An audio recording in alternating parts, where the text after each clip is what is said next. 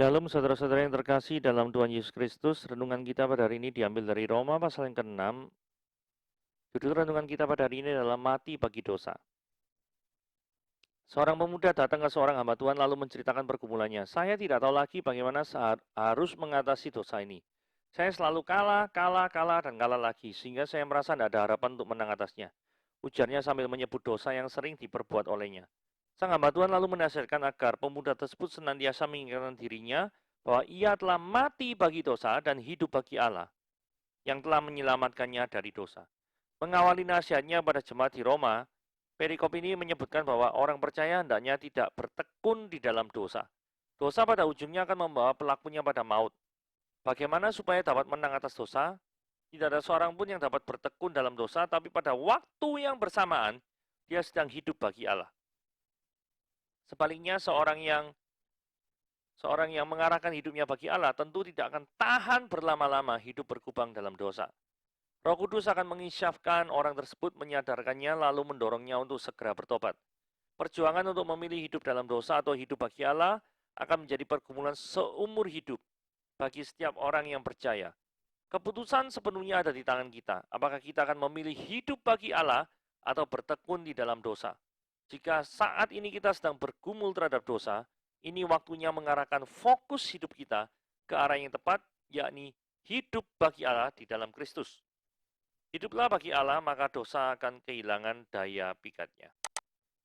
Oke, apakah perilaku Anda sedang bermain-main dengan maut?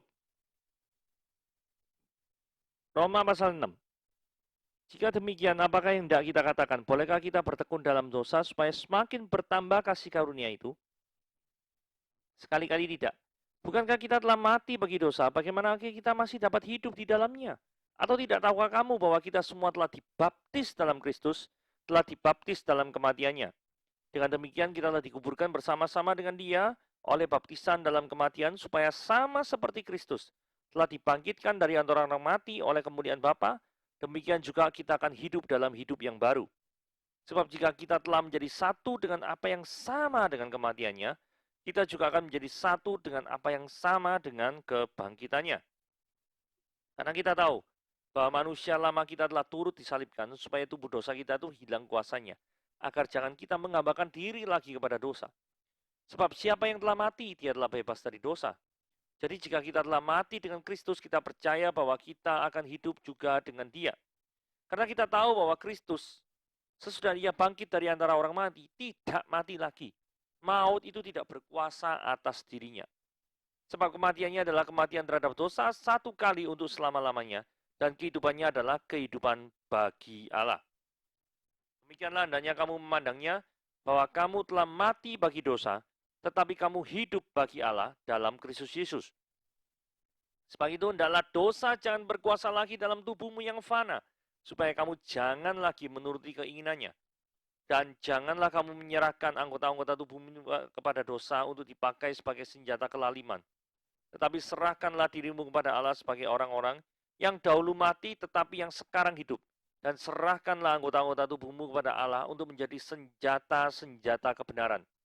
Sebab kamu tidak akan dikuasai lagi oleh dosa. Karena kamu tidak berada di bawah hukum Taurat, tapi di bawah kasih karunia.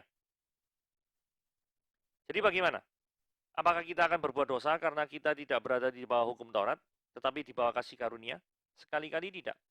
Apakah kamu tidak tahu apabila kamu menyerahkan dirimu pada seorang, kamu sebagai hamba untuk mentaatinya, kamu adalah hamba orang itu, yang harus kamu taati, baik dalam dosa yang memimpin kamu pada kematian, maupun pada ketaatan yang memimpin kamu pada kebenaran. Tetapi syukurlah pada Allah, dahulu memang kamu hamba dosa, tapi sekarang kamu dengan segenap hati telah mentaati pengajaran yang telah diteruskan kepadamu. Kamu telah dimerdekakan dari dosa dan menjadi hamba kebenaran. Aku mengatakan hal ini secara manusia karena kelemahan kamu, sebab sama seperti kamu telah menyerahkan anggota-anggota tubuhmu menjadi hamba kecemaran dan kedurhakaan yang membawa kamu pada kedurhakaan, demikian halnya kamu sekarang harus menyerahkan anggota-anggota tubuhmu menjadi hamba kebenaran yang membawa kamu pada pengudusan. Sebab waktu kamu hamba dosa, kamu bebas dari kebenaran. Dan buah apakah yang kamu petik daripadanya? Semuanya itu adalah menyebabkan kamu merasa malu sekarang, karena kesudahan semuanya itu ialah kematian.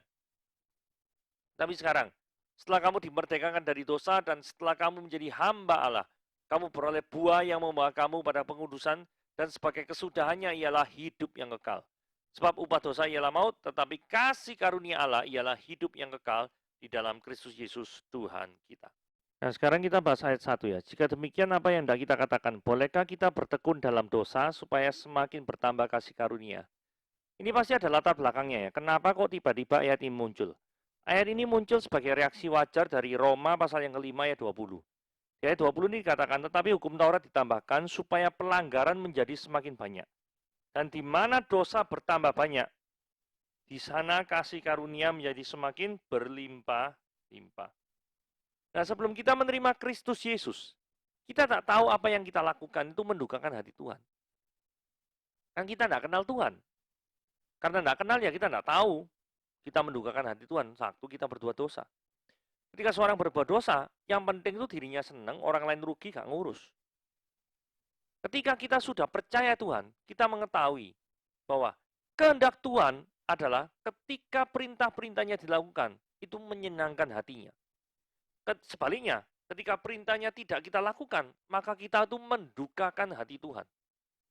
Nah, apakah seorang yang sudah menerima karunia keselamatan tetap tega mendukakan pribadi yang memberikan keselamatan? Tentu reaksi wajarnya harusnya tidak, bukan? Nah, kalau tidak, berarti tidaklah mungkin kita itu untuk mendapatkan kasih karunia, maka kita harus bertekun dalam dosa ketika engkau sudah percaya kepada Yesus. Lain halnya ketika orang belum percaya. Kalau orang belum percaya, memang dia berbuat dosa, tidak ngurus gitu ya. Tapi kalau dia itu sudah mengalami perjumpaan pribadi dengan Tuhan, maka Tuhan menyadarkannya, maka dia akan merasa begitu banyak keberdosaan itu. Sehingga ketika kasih karunia itu diberikan, maka berlimpah-limpah kasih setia Tuhan yang luar biasa atas hidupnya. Oke, ayat 2 dan 3, sekali-kali tidak. Bukankah kita telah mati bagi dosa? Bagaimana mungkin kalau mati bagi dosa? Tidak mungkin hidup juga bagi dosa. Kalau mati bagi dosa, hidup bagi Kristus. Itu konsekuensi logisnya seperti itu. Setelah menerima penebusan Kristus, seorang itu harus hidup kudus. Supaya apa? Karena kehidupan yang kudus akan menjadi kesaksian bagi kerajaan Allah. Jikalau ada orang yang berpikiran setelah menerima pengampunan, kemudian bisa bebas berbuat dosa seenaknya sendiri, toh nantinya diampuni.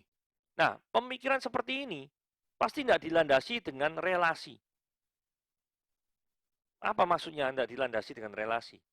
Orang yang mikir, tidak apa-apa berbuat dosa, toh akhirnya kasih Tuhan, kasih karunia Tuhan itu lebih besar daripada keberdosaan kita. Sehingga kasih-Nya itu akan mengampuni segala keberdosaan kita. Saudara, kalau misalkan orang berpikiran seperti itu hanya konsep legalis, bukan relasi. Saudara, jika kita memiliki seorang yang kita kasih, dan pribadi itu juga mengasihi kita. Ketika pribadi itu meminta kita melakukan A, B, C, maukah Anda melakukannya? Pasti mau, bukan? Karena apa?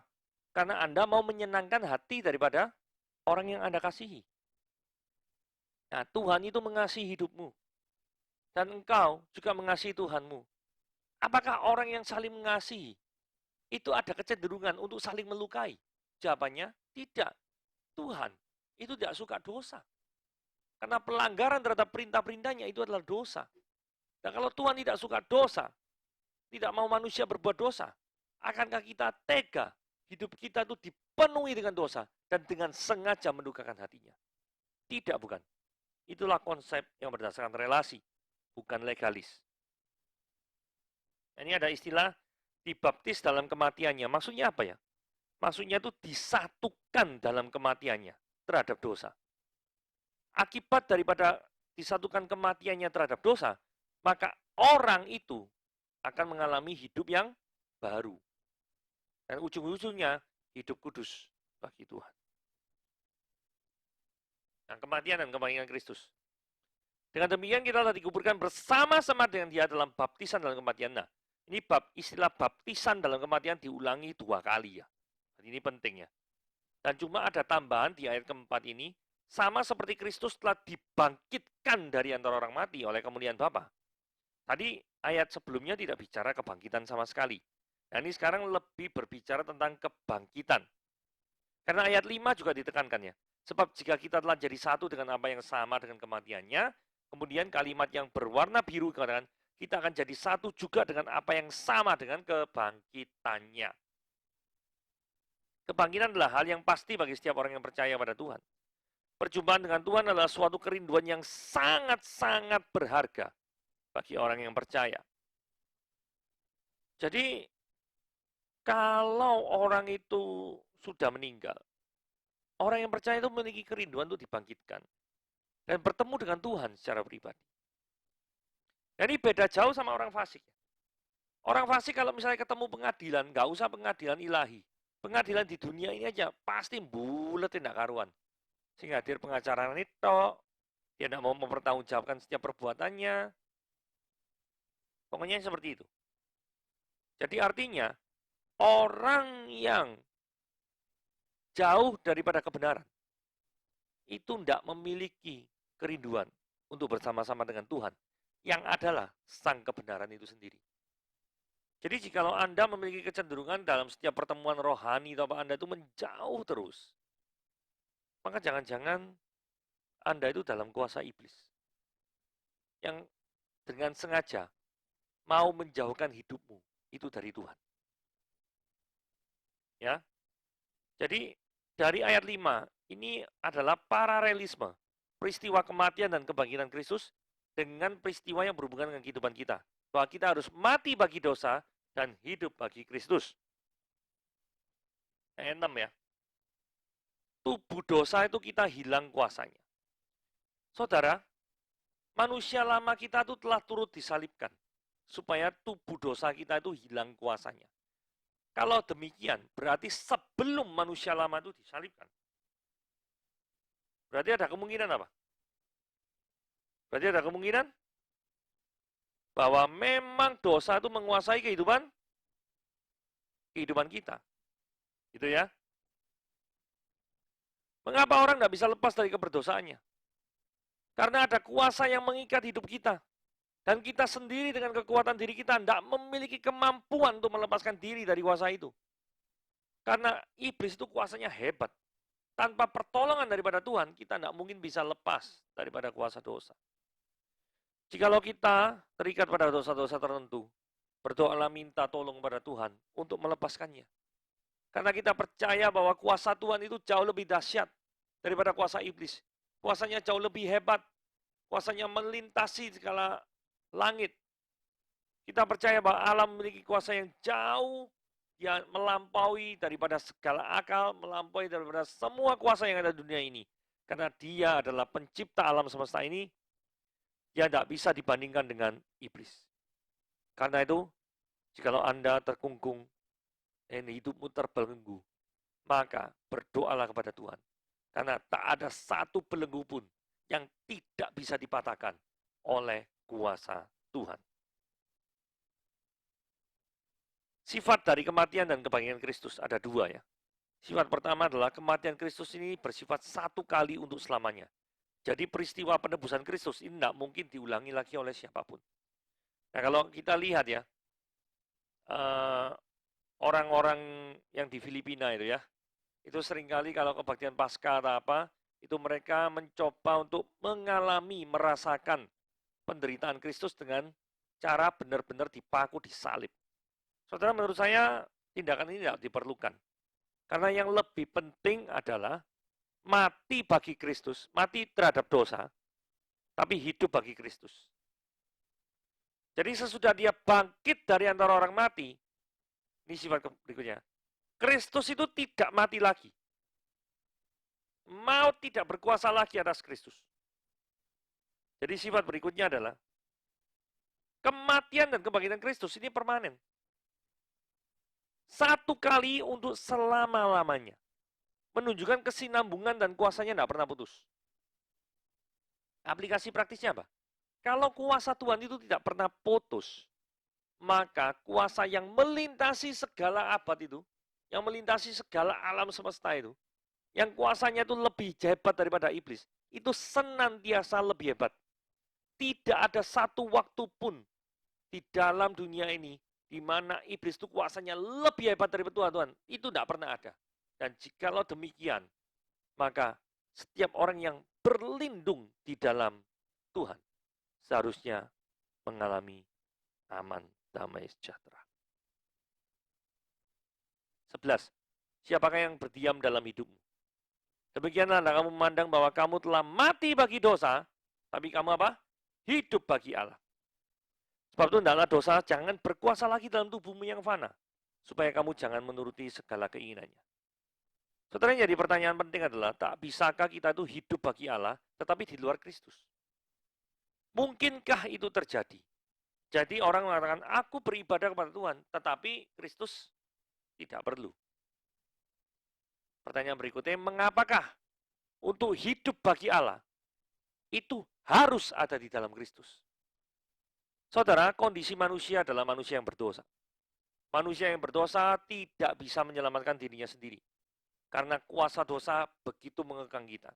Maka kita butuh bantuan eksternal, yaitu Kristus, untuk menebus daripada keberdosaan kita.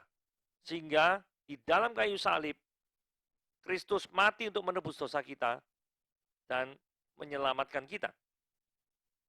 Nah, kalau misalkan orang itu tidak mengalami penebusan Kristus, berarti orang itu tetap statusnya tidak berkenan di hadapan Allah.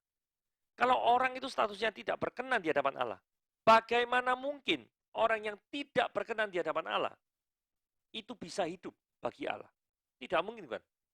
Bagaimana caranya supaya orang itu orang yang tidak berkenan di hadapan Allah itu menjadi berkenan? Itu dengan perantara Kristus. Jadi dengan adanya Kristus sebagai pengantara, imam besar yang agung, maka hidup pada orang itu diperkenan Tuhan. Itulah sebabnya kita itu bisa hidup bagi Allah kalau di dalam Kristus Yesus. Di luar Kristus tidak mungkin itu bisa terjadi. Berikutnya, jikalau kita menyerahkan hidup kita itu bagi Tuhan, maka Tuhan akan berdiam dalam hidup kita. Dan kuasa dosa kehilangan kekuatannya. Ingat, kalau selama ini mungkin kuasa-kuasa dosa itu yang menguasai kehidupan kita, yang membuat kita itu mendorong kita itu mau tidak mau terus-menerus atau bahkan menikmati keberdosaan kita. Maka ketika Yesus itu naik ke tahta kehidupan kita, maka yang terjadi adalah kuasa dosa minggir.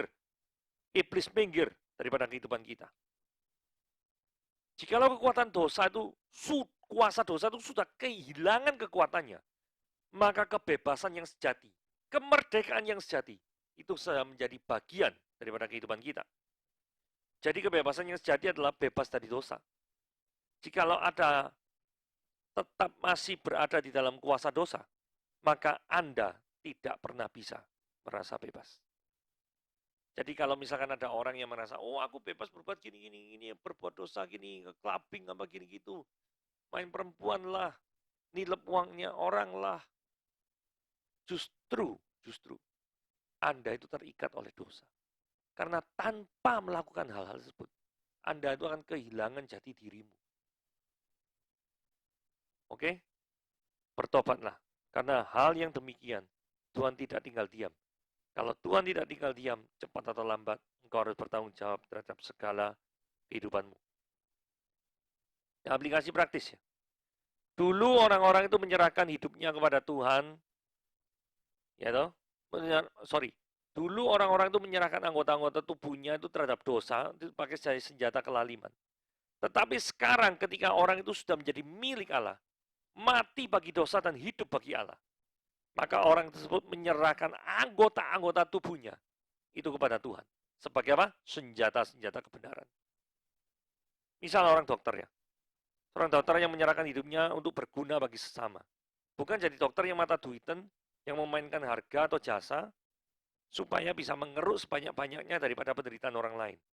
Atau jadi dokter spesialis nangani orang-orang mafia. Misalkan.